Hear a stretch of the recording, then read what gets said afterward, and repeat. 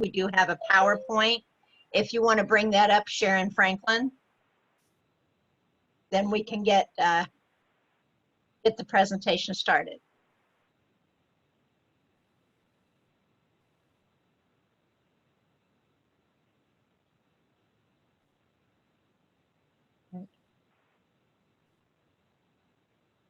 Hey, Sharon Ponton, she's the first slide is resisting the pipeline Goliath. Go ahead. Okay, I want to thank everyone for coming and participating in this today. And so you can go ahead and go to the next slide, Sharon. He's there. And on David versus Goliath? Yes. Okay, so these are kind of the subjects we're going to talk about today.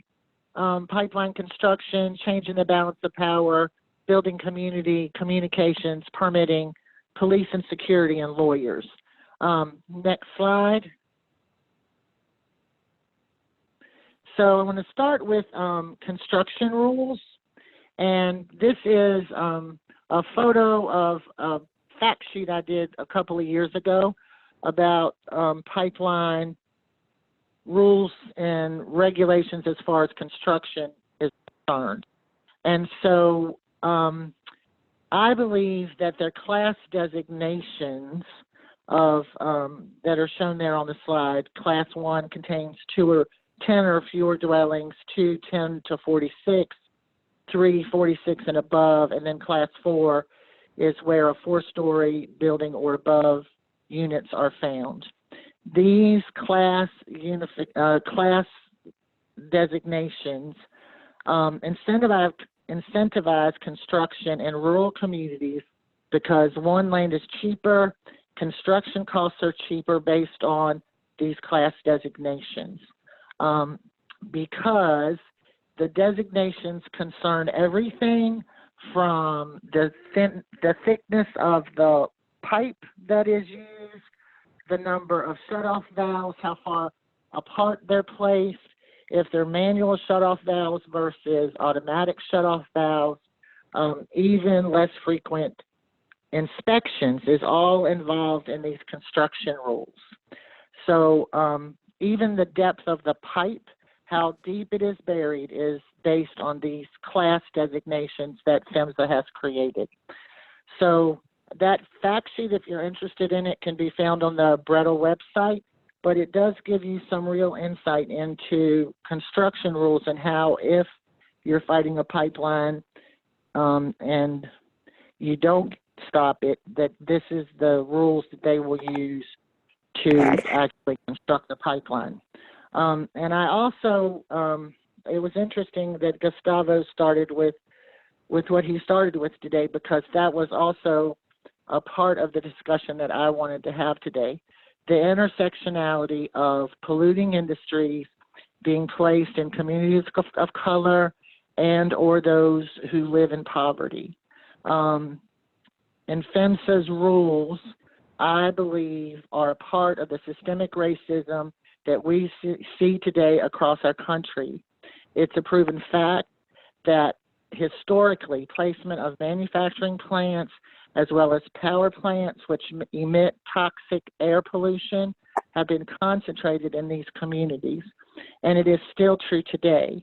The environmental impact statement for the Atlantic Coast Pipeline indicates that 58% of the census blocks through which the ACP would be constructed, if it is ever built, are categorized as those with above average populations of people living in poverty and or people of color. Additionally, 2 or 3 of the 3 compressor stations for the ACP have been sited in majority minority communities. The one in Virginia in Union Hill, in Buckingham County, and the second one in Northampton County, North Carolina. Both of these communities are have above average populations of African Americans, and the compressor stations are cited to be in those communities. So, in my opinion, anyone who is fighting fossil fuels is also fighting systemic racism. Next slide.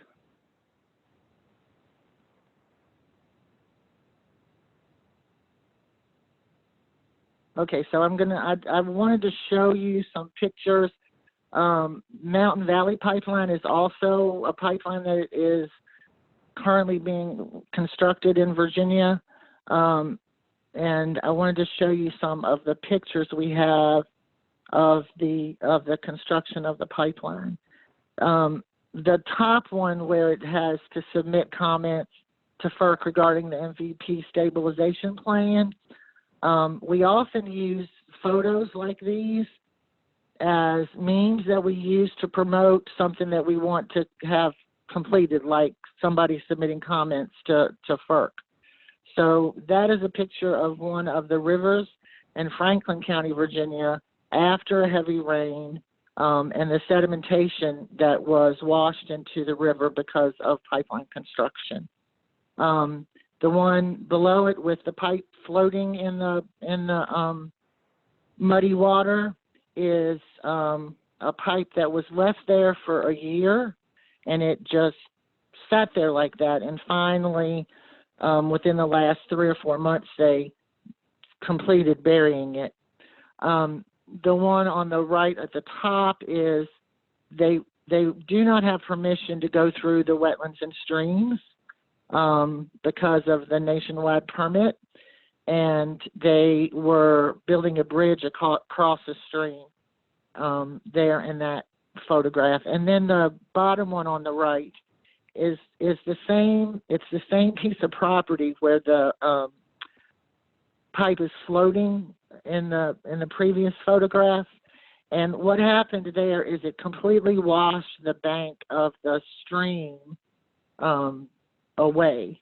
And so they had to do all of this additional erosion control to try to save that stream bank. And it's just been a mess. They do not do good work. They do not protect the water. Next slide. For those who don't live in Virginia who are on the call, Ralph Northam is our governor in Virginia.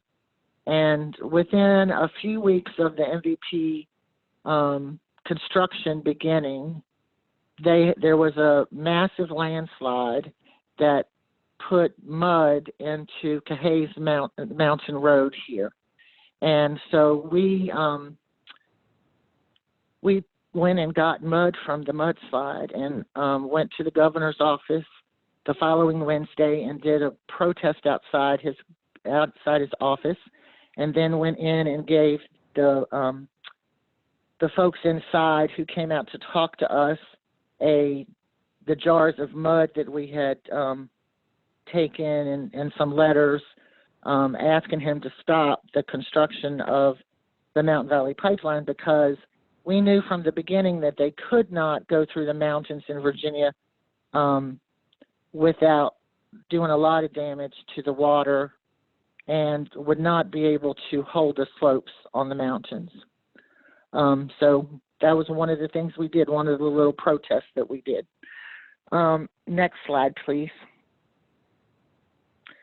So we're going to talk about change in the balance of power, because there are so many organizations, government agencies, that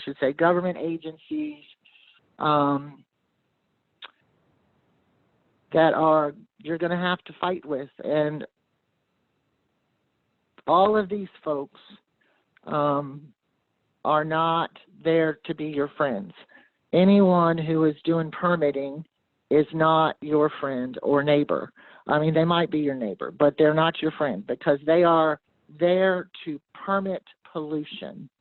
And going into this with open eyes is important, in my opinion. My husband says that I'm a pessimist, and he is definitely an eternal optimist.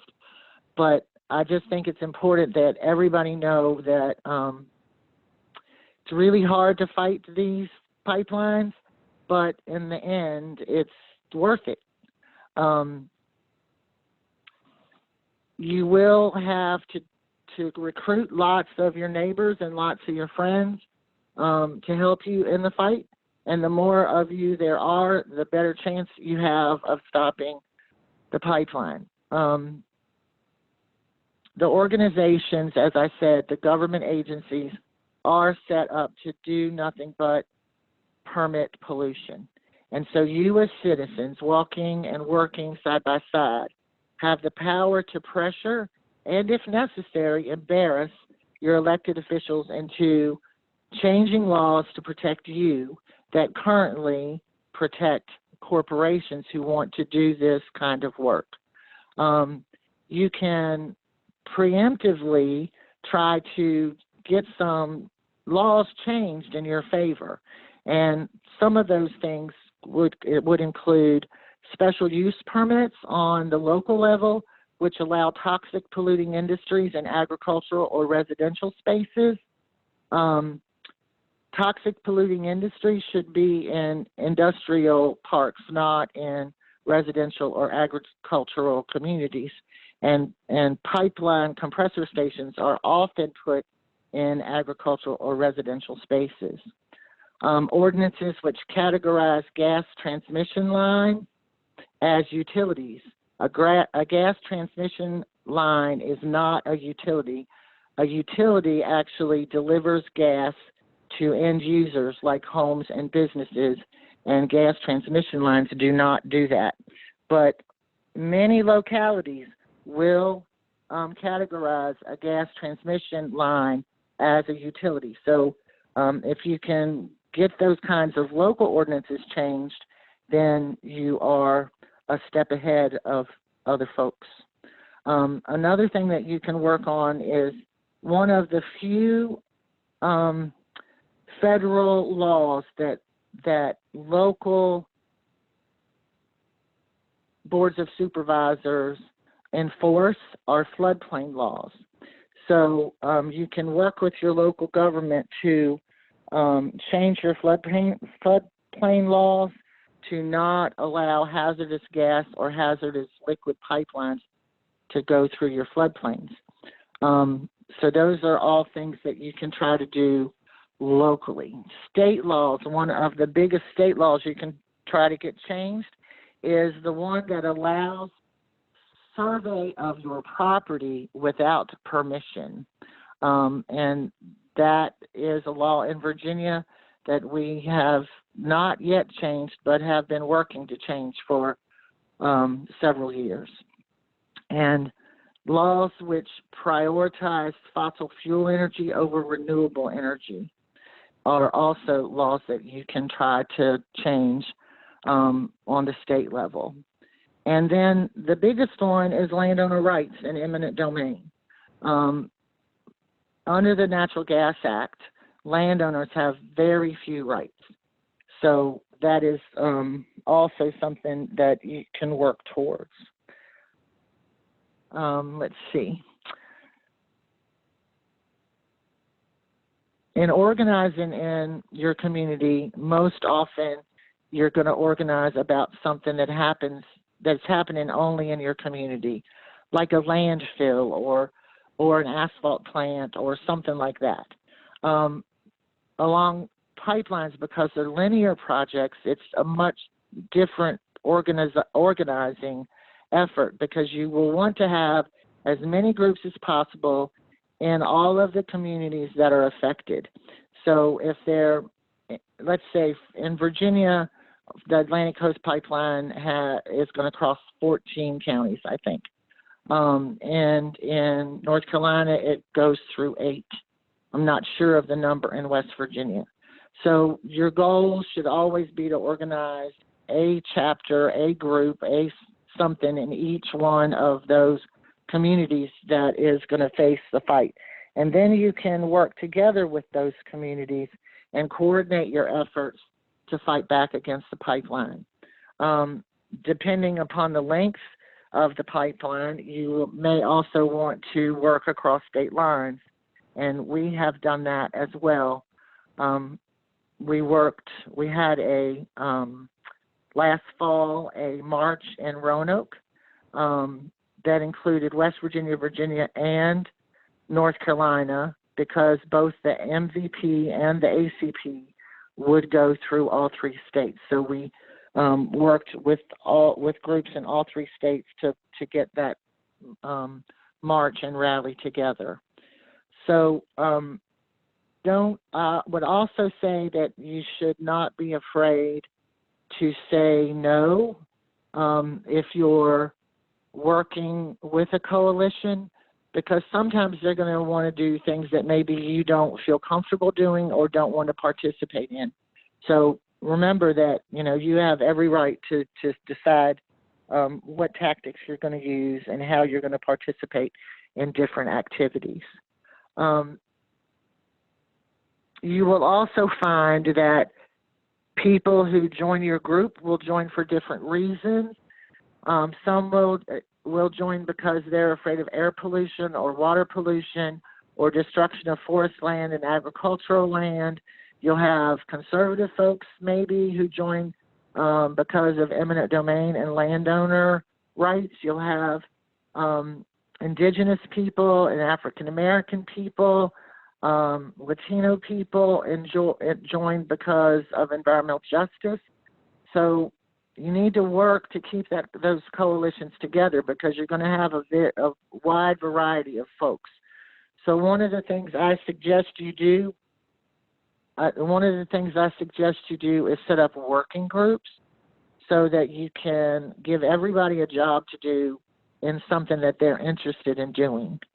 I also want to make you aware that pipeline fights can go on for a really, really long time. The Atlantic Coast Pipeline was first announced as the Southeast Reliability Project in May of 2014. It has been 6 years. We've been fighting this for 6 years. And I take that as a badge of honor, because they thought that this would be in service with gas running through it and going overseas long before now. And so we have stopped them from constructing this pipeline. There's been no construction in Virginia and only a few miles in North Carolina. And they are currently missing 8 different permits. And even though the Supreme Court ruled against us yesterday about the permit for the pipeline to cross the Appalachian Trail, Dominion can still not construct in Virginia and in North Carolina because they are missing all of these other permits. So be prepared for that, for a long fight. It's not necessarily something that's going to just happen overnight. And I also believe that these companies are going to say, we're building it, we're building it, we're building it, we're building it, we're building it, until one day they say, we're not. The cost for the ACP has doubled. Supposed to be $4 billion when they started. It's now up to $8 billion. At some point, it becomes cost prohibitive for them to continue. And so we continue to fight on. I want to make it, it's very, very important that you attend every meeting, no matter how small a meeting or small an item you think is being taken up at a meeting. You also want to take as many folks as possible with you to every meeting, because the people in power realize the difference between taking 2 people and 25 people to a meeting. And the way you build your power is with the people that you have standing shoulder to shoulder and beside you. And you want to speak up at every meeting. Don't let any elected or any appointed board silence you, and expect to be pushed outside of your comfort zone. I have been. I've been escorted out of meetings by state police officers for attempting to speak when they were trying to silence the public, and it didn't hurt me a bit to be escorted out. I neglected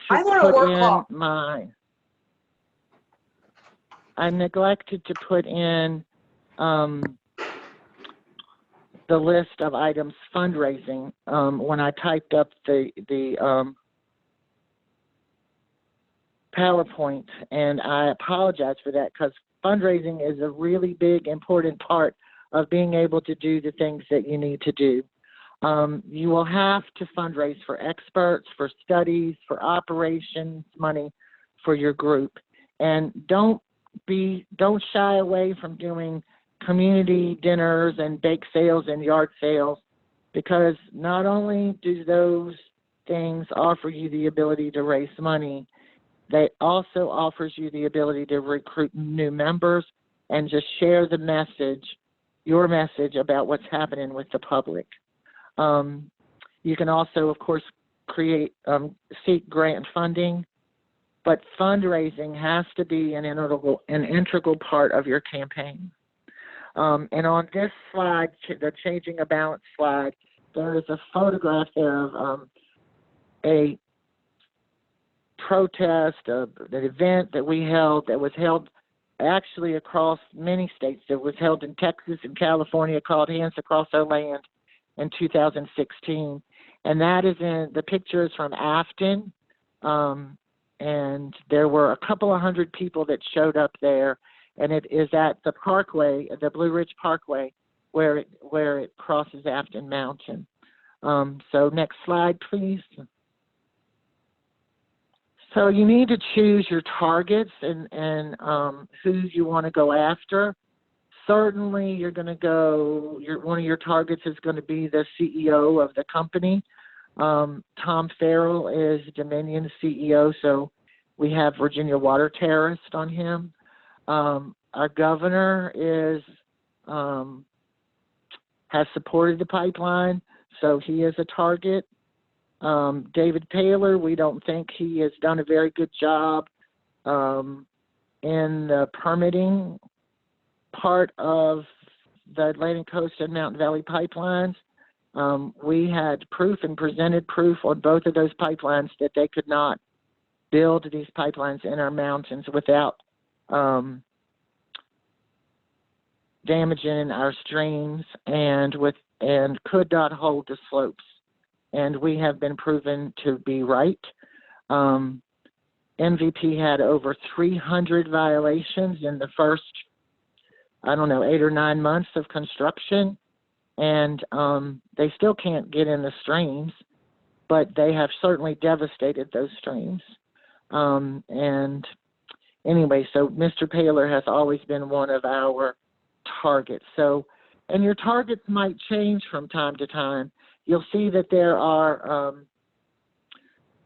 Senator Burr and Tillis from North Carolina, and Senators Warner and Kane from Virginia.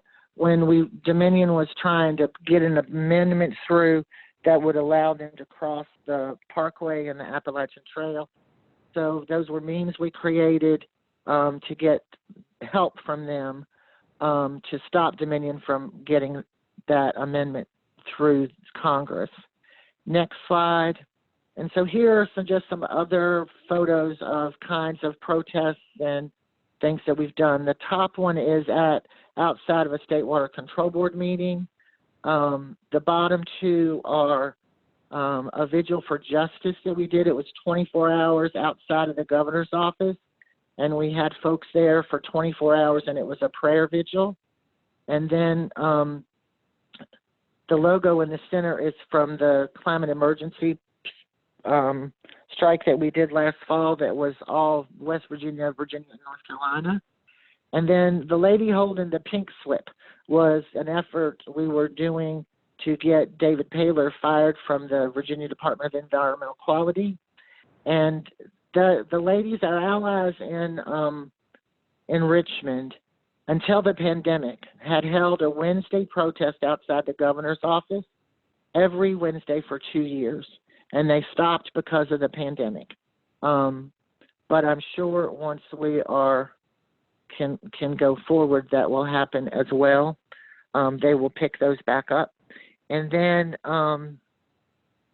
let's see, the next slides are direct action. If you'll go to the next slide, where we have marches and we have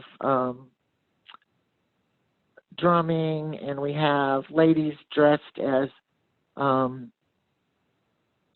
wives. They are coal ash wives and oil wives, and so they were over there. And then on the right-hand side of the screen is something that I really have not been very involved in at all, but it is the tree sit that was done by Red and Minor Terry on their property in Roanoke County. And so you will find that there will be different groups will use different tactics. And so please, as I said, feel free to say, no, I can't do that. That's too much. You know, I don't want to get arrested, that kind of thing. Because those ladies that sat in those trees could easily have gotten arrested and could have gone to jail for sitting in those trees to stop the trees from being cut on their property. There is still a tree sit along the MVP route that has been there for over 500 days. And so it takes all kinds of different actions to make things happen and to draw the attention of the public and of our legislators and trying to get things changed. And so those are some of the different, I wanted to show you some of the different kinds of events that you can do. Communications is really, really important. If you'll go to the next slide, please. You need to create Facebook pages and Instagram accounts and a website and newsletters.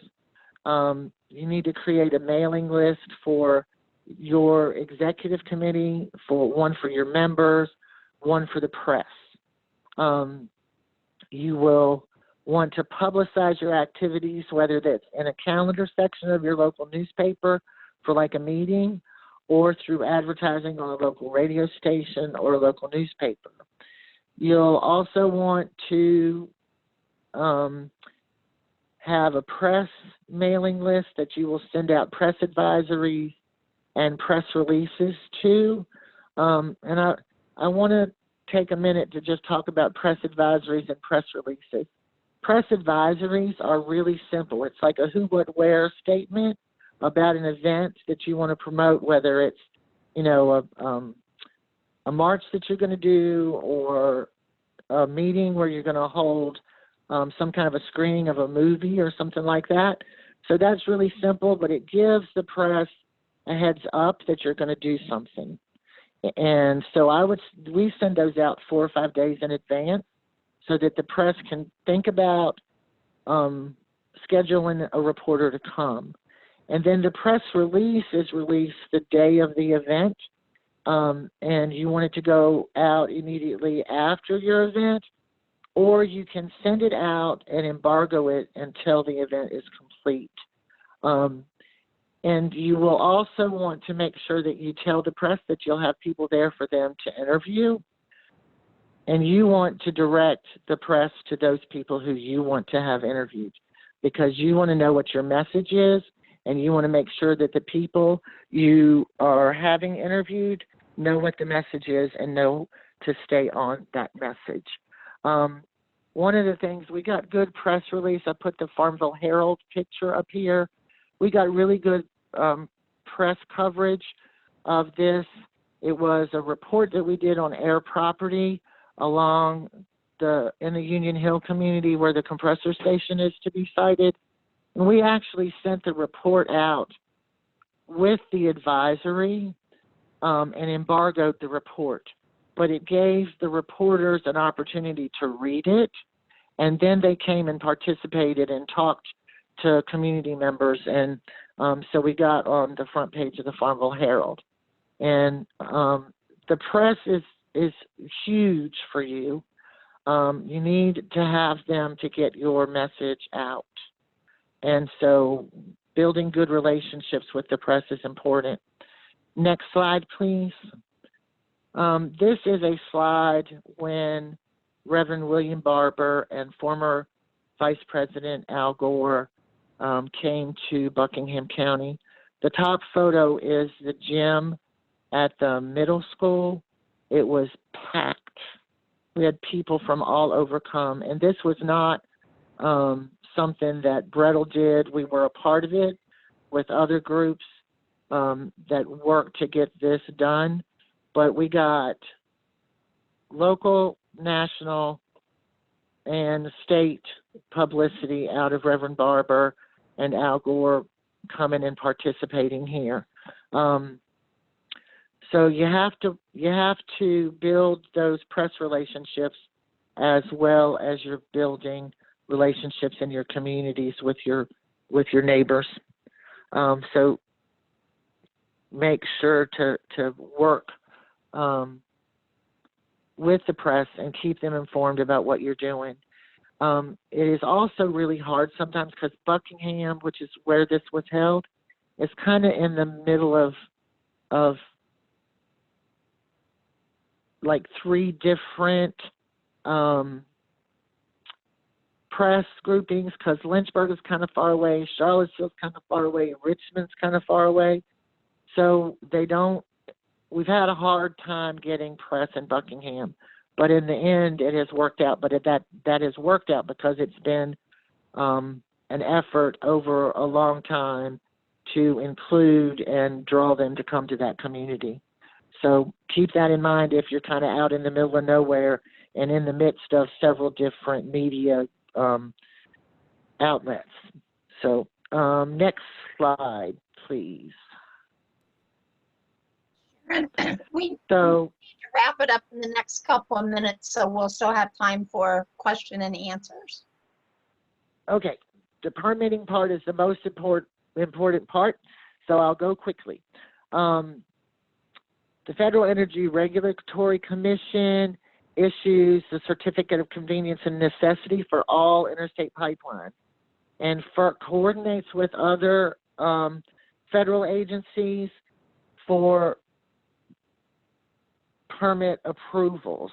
The states also have an important part in approving permits under the Clean Water Act and the Clean Air Act for stream and wetland crossings and for compressor stations.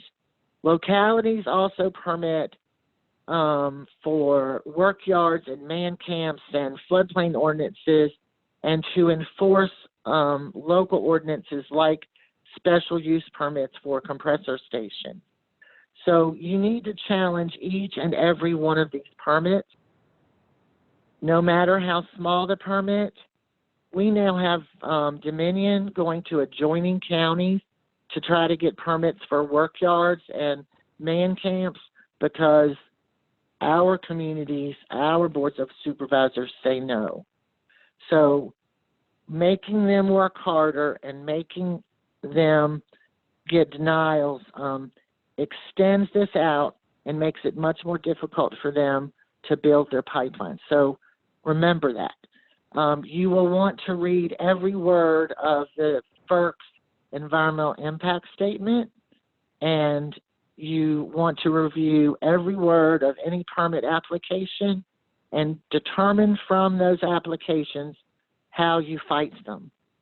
Are they allowing too much pollution to be emitted? There's all different kinds of things that you can do. So you want to read those permits, and they will be the basis for every challenge that you make to any permit that is written. You need to submit comments every time there's an opportunity to submit a comment, whether it's to FERC or at the local board of supervisors or at the state, because submitting comments often gives you the opportunity to speak at public hearings, especially at the state level.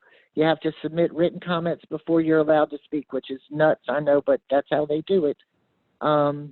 You also want to become an intervener at FERC because it gives you standing should you want to sue later. The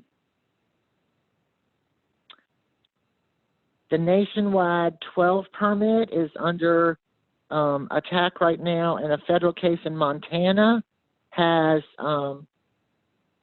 set that aside and is requiring stream by stream permitting instead of nationwide permits, which puts it back in the state's lap. So those are things that you need to look at and think about. And then I'm going to talk about police security. Build a relationship with your local police because they're the only ones who know you and they know the community and they know the relationship you have in your community.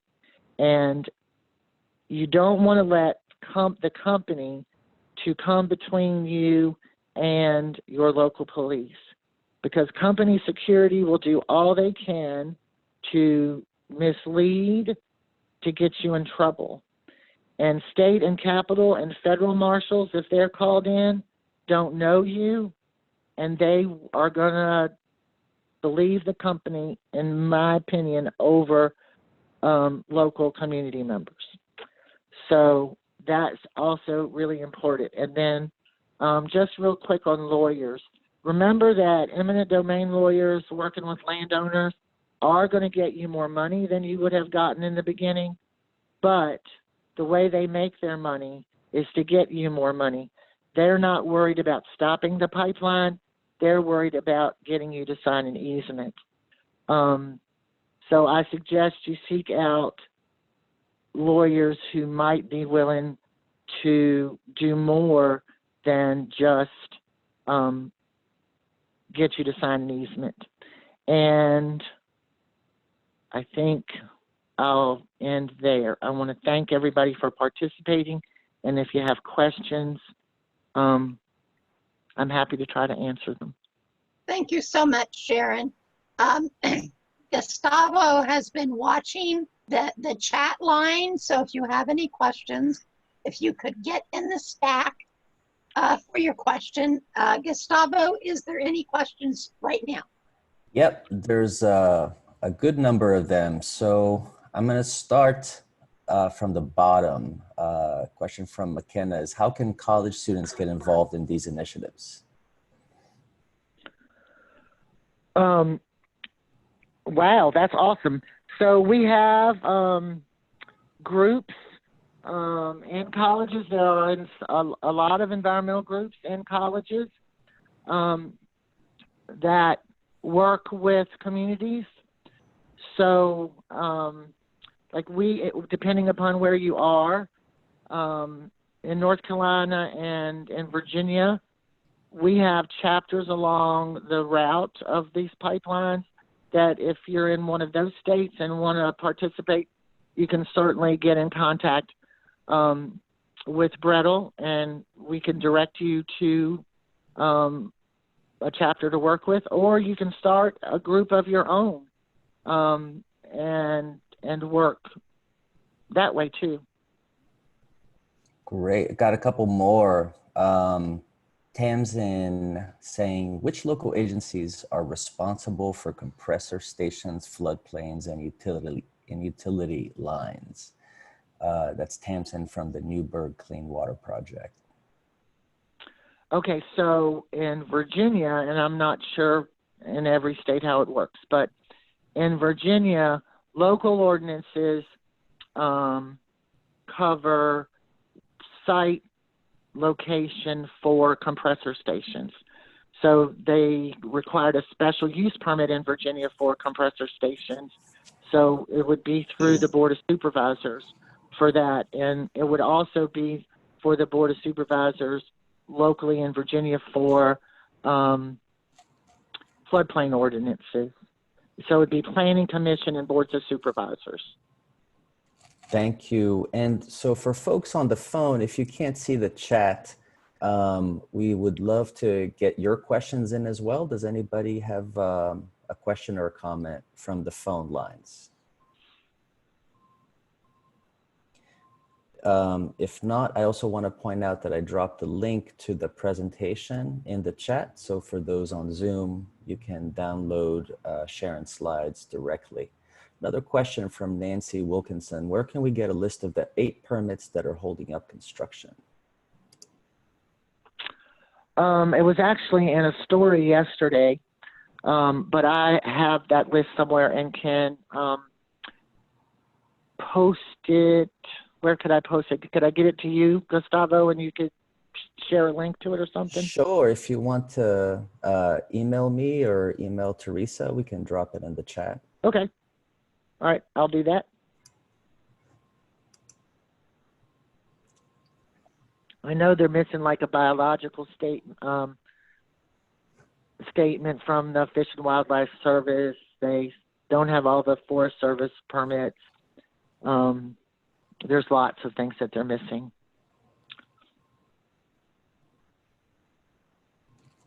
All right, so we have McKenna from the University of Richmond who wants to get involved. That's great. Hi, McKenna. Was the pipeline for your area approved after proposed projects were approved? Question from Lavish. I'm not sure what that means. Lavish, would you mind posting some more info about your question? We're not clear on what that means. Wanda says, I'm in Charles City. We're fighting to stop 2 frac gas power plants in the VNG HIP pipeline. How do we find out what permits are needed? Our local BOS will not assist with anything. You can get in touch with me if you want. I've done a little bit of work on that. I've made comments and things to the SEC and the DEQ about Charles City County and those power plants. So if you want to get in touch with me, I'm happy to help with that. Got you. What is BREDL's website, Sharon? I'll drop that in the chat as well. Blue Ridge Environmental Defense League. It's BREDL.com, I think. Or .org maybe? But there's .com. No, BREDL.org, you're right, I think. But if on the front, let's see, on the page with the unequal protection, it's www.bredl.org. There we go. Yeah. Everyone should have received the presentation, a PDF of her presentation today. So if you look on that, you'll find Sharon's contact information as well as BREDL's contact information. Is there anyone on the phone that has any questions? Speak up now. You might have to dial *6 or something like that to get off mute.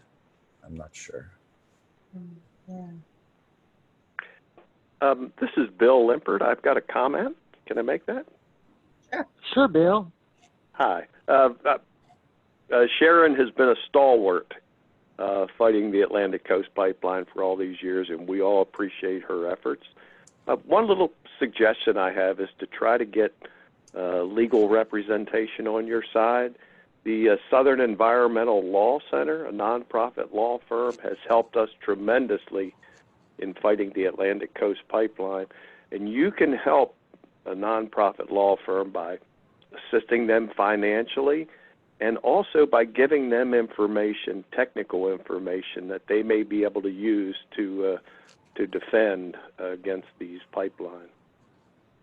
Just a little additional information there. Thanks, Bill. You bet. I don't suggest law firms, but Selk has done a wonderful job along the ACP. Yeah, nonprofit. That's right. Thank you, Sharon, for keeping us straight. Mary wants to know, how successful have you found the media embargoes? I've always heard to steer clear of them because they can turn off the media. I do not do it frequently. We did it with that study that we did because we wanted to give them the opportunity to read it ahead of time because we thought it would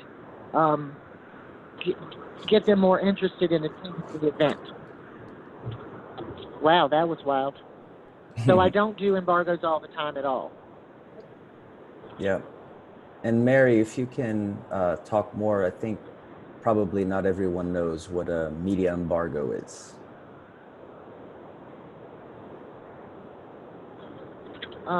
Okay, so a media embargo is sending out the press and all of the information to the media before the event happens, and you tell them that they cannot release any of that information until 6 o'clock that day, or 5 days later, or whatever.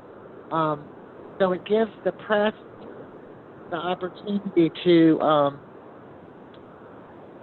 have the information, but they can't release it to the public. We always encourage citizens Wow. to build relationships with the press. So if you have a good relationship with the press, issuing a press release or a statement as an embargo, I don't think that would hurt you. But if you're just doing cold press releases, then that's probably not really advisable. So. Right. I have I one. agree with that. Yeah, I have one last question here, which is a really great one from Lynn Wilson. What opportunity comes to us in fighting the pipelines with the upcoming campaigns and elections for president, senators, as well as governor? Okay, so I don't get into politics other than to say this. If the people you have elected in the positions currently do not support the positions that you have, then you can elect someone else.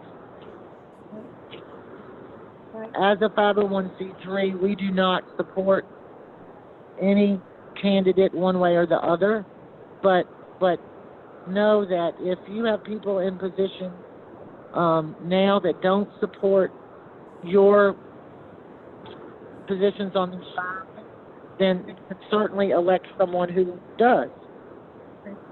Exactly. I see someone with the area code 716. Are you wanting to ask a question? Yes. Can you hear me? Yes, go ahead. Yeah, I've been fighting, I'm in Western New York, and we've been fighting the Northern Access Pipeline. It's a 97-mile fracked gas pipeline that would bring gas from Pennsylvania through New York State for export, mostly to Canada. And the New York State denied the 401 permit for it. But the company is still fighting, and FERC has overturned New York's denial. And now I'm wondering how the changes, the rollbacks that the EPA just put into effect of the 401 are going to impact these pipeline fights and this one in New York State in particular.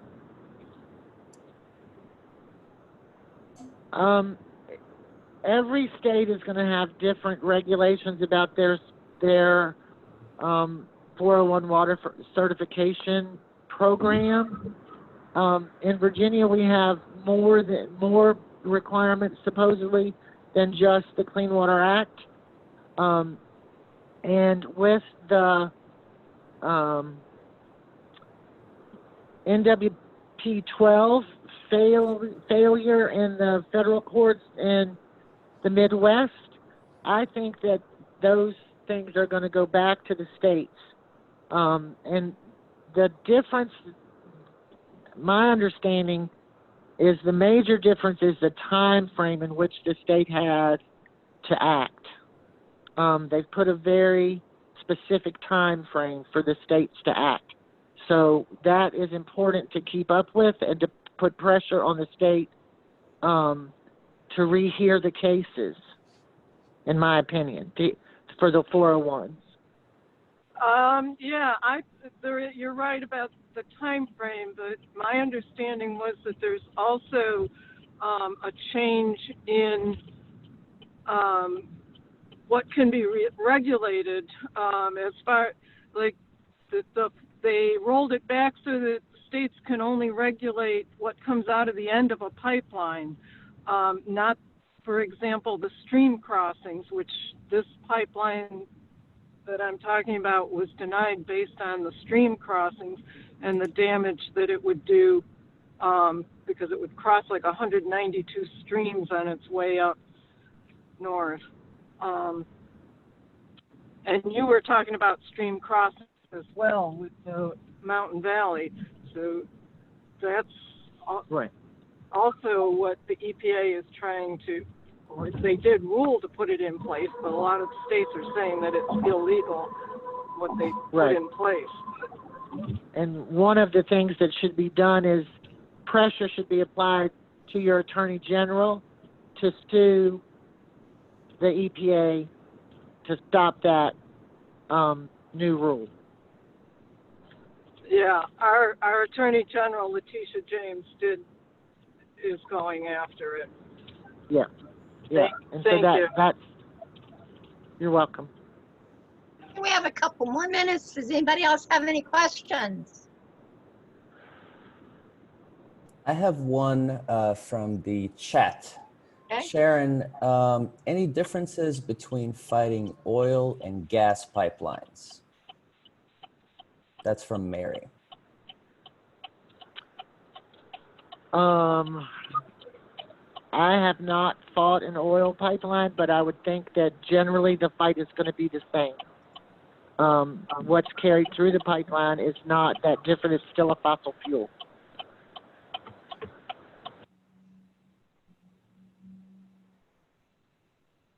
Any more questions? We've got about a minute or two left. And Sharon, just so you know, there's a lot of thank yous and clicks and snaps and applause for you. So I wanted to relay that to you. And we're all very, very Thank you.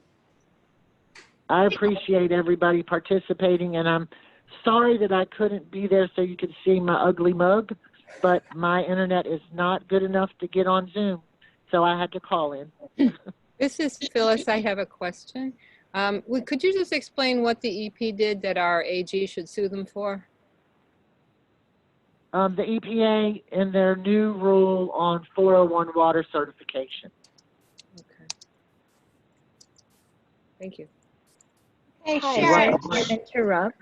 I was just wondering if what Lavisha said could be addressed in the comments. Lavisha. Sorry, You they're asked her to provide more scrolling through. Thank you. I just see, Lavisha said, I just posted my comment for. It's above in the chat. Just below what you read, she continued. Oh, okay. Sorry, Lavisha. So we have two projects here in CC for two power plants that received approval without the gas lines being in place. They are requesting the pipelines now that they approve the two power plants. Right, in Charles City County, they approved the DQ, approved the power plants before there was any gas going to them. Mm-hmm.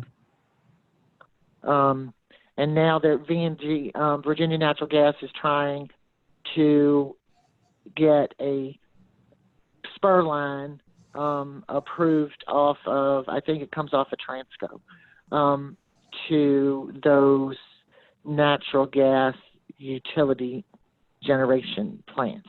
And so the thing to do is to try to stop the V&G from being allowed to build that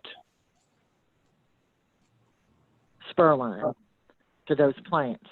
And I know that there's been a lot of work done. I submitted comments to the State Corporation Commission, and I know a lot of other people have as well, trying to stop that from being built. Did they get their permit? How long has it been? One of them was approved not very long ago. It's been in the last 6 months, I think. Watch for expirations under the Clean Air Act. Watch for expirations of their air permits. A lot of times that's how we have fought stuff is we're trying to go after the PTTG petrochemical hub in Belmont County because their permit expires on the 21st of June. So we are going to hold Ohio EPA accountable if they allow them to proceed whenever they decide to. And folks, it's after 1. I really appreciate all of your questions. I do want to put in a plug that CHEJ does have a small grant program that is now, you can find it on our webpage. You can find applications. It's for small groups. So if you're fighting something, $5,000 to $20,000, check it out. Check it out. We're pretty friendly with it. So check it out. The application deadline is July 17th. And if anybody has any questions, please feel free to contact Sharon or contact CHEJ, and we'll try to answer your questions or get you in touch with someone that can. Thank you all and have a great, safe day.